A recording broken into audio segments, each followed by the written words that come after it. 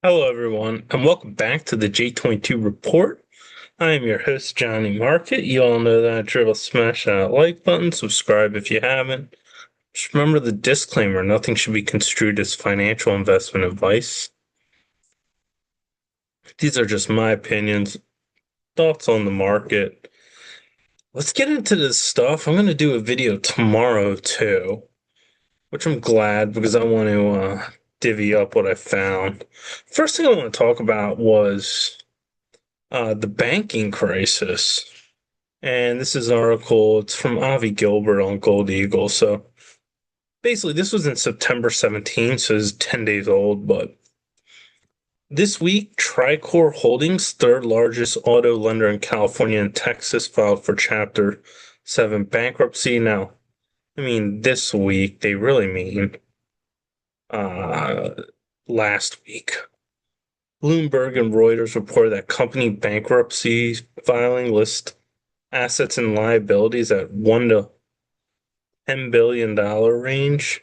Now, who they obtained financing from was JP Morgan, Fifth Third Bank, and Barclays. And Fifth Third said they now expect a non-cash impairment charge of 170 to 200 million. And JP Morgan has roughly 200 million exposure. So, and none of that, media's reported BlackRock will post a loss because a lender was a major issue of the asset-backed securities. So, and a lot of these they're AAA rated. So these were just AAA rated in June. So that wasn't that long ago, only a couple of months ago. And BlackRock purchased these at 100 cents a dollar. Can you imagine BlackRock went bankrupt? So as you can see, a lot of these banks they're having problems.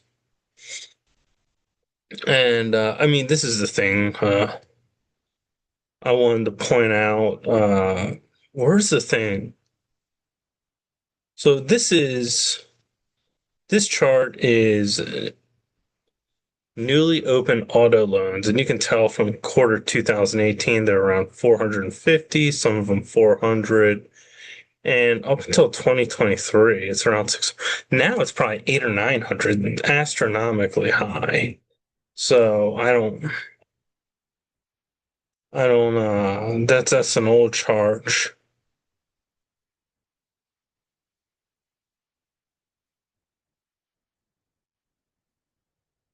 So, but this is the other thing I wanted to point. Some argue that auto lending represents a small share of banks' credit books. Recent data shows auto balances are about 15% of the sector's total credit. And that's why it's not really taking a hit on the market. Uh, but what they don't see is that, here it is that may seem modest, but the picture looks different relative to equity. Auto loans amount to nearly 70% of the sector's total capital. So yeah, roughly 3 months they issued AAA rated asset-backed securities. So these were AAA. And so there's a lot of credit risk. The reason I point this out 3 months ago, because there's a lot of credit risk that I've talked about on this channel. They're not even priced into the market that they're going to be, where it's in housing, auto loans, credit card loans, student loans. So,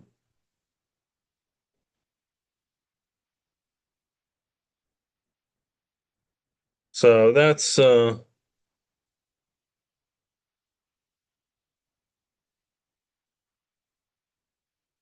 that's what it is. So anyway, you can see there's another bankruptcy dealing with auto loans.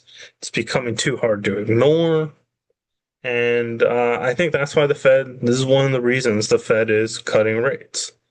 It's because these things are starting to become more and more obvious. This is one thing I wanted to show is like the inflation on migration, and that migration trends have changed. Most rural counties, this is just Virginia, are now seeing an influx of young adults. And the thing is, most young adults, I don't think this is work from home. They talk about the rise of remote work, but if you live in the real world, everything's return to office.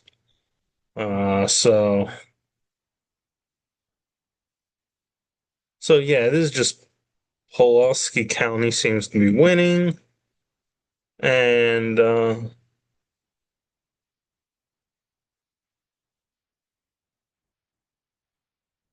it's like, yeah, their ability to track the age group is more impressive. It added 25 to 44 working age rather than Montgomery County, three times its size, and more than the city of Roanoke, Virginia, which saw their numbers decrease.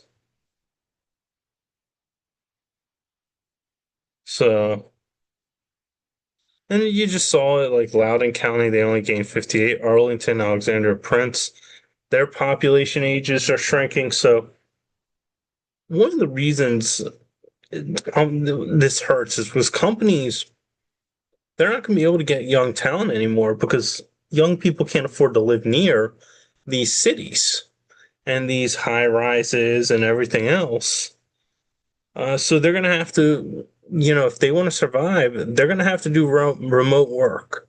And they say the Fed's trap, but the rich, sort of aristocrat business class is also trapped. They're going to have to choose between getting and maintaining young talent or letting their real estate values fall. And that's what's going to happen. Letting their businesses survive or letting the Fed's not the only one trapped. They are trapped too. This is the one thing. A lot of people, they're leaving, they're going away, and they're going to have to, even though they're doing return to work, they're going to have to embrace remote work if they want their business, at least from the corporate side. Now, a lot of people argue AI, but AI, I'm going to do a video on that, the data centers, how they're driving up utility costs because the companies aren't even paying for it. They're driving up, which is absurd. The companies should have to pay for it. You use energy, you should have to pay for it, but they're actually getting, I will, it's going to be in another video, but they're actually passing all those costs onto the residential people in it's corporate welfare, and it's worse than regular welfare because at least welfare for the poor isn't that much money. It's a little bit of sales tax or a little bit of tax. This is breaking people, and it's not even sales tax. It's like, yeah, it's utility, and it's their utility bills. They're paying. So I just thought that was an interesting migration trend. Uh, Here's the other thing getting into. So Starbucks, more things on the economy. They're set to close stores, slashing 900 jobs and restructuring plans. May have already heard about this, but they announced they're closing unprofitable location and cutting corporate jobs. And it's not because of AI. These are because the turnaround is not doing well. And they could do all their research. They had these great people from Chipotle or forget wherever that really did their due diligence per se. They found the small coffee shop vibe. They did everything. But what they didn't do was the economy. They didn't have people like me in the boardroom telling them how crappy the economy is. Lower your margins, lower your prices. Sorry, we're going to have to find. But so now they're laying off people, which I mean, I don't know. Like companies are so hyper focused on just laying off people instead of trying to figure out other things to cut and, let's not ruin lives. Let's see if there's something else. But I mean, so yeah, U.S. same stores fell 2%. So Anyway, driven lower, 4% decline, comparable transactions. So yeah, you can tell it's not doing well. So there it is. More Starbucks. They thought it was over. It's not just Starbucks, but grocery store Kroger. They're closing around 60 stores. And the next year and a half, Kroger, this is just grocery stores. Americans can't afford grocery stores. 60 locations. They're closing stores, and Kroger's a good grocery store. I've been there. It's not many where I live, but I have family in Texas, and so they like it. And I was there one time. I liked it. So going back to gold, this is the last thing I want to get into. So you can see this sort of chart on Kitco. As you can tell, I'm not. And everyone's talking about silver to 50, and that's my next target. And I was like looking at this, and I was like, silver to 50 could be somewhat like gold. Or if you look at it right here, it went to 3,400. This is the April top. And what happened? It came back down and tested again. Didn't work. So April, and then later in April, close to May, makes another top, comes back down, tested again around June. Look at it right here if you can see my mouse. And then in July, it tested again right here.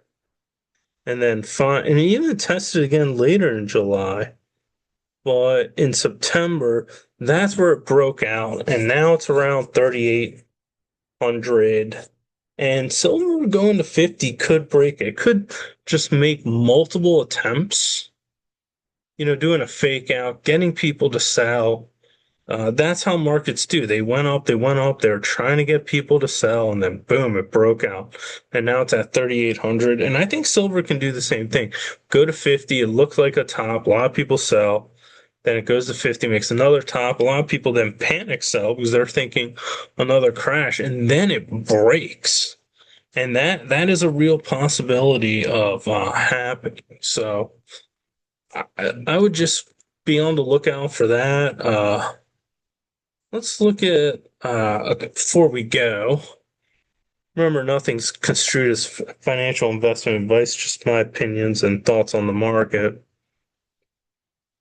Fear and greed index, as you can tell right now, stock market's around neutral. It was at greed last week.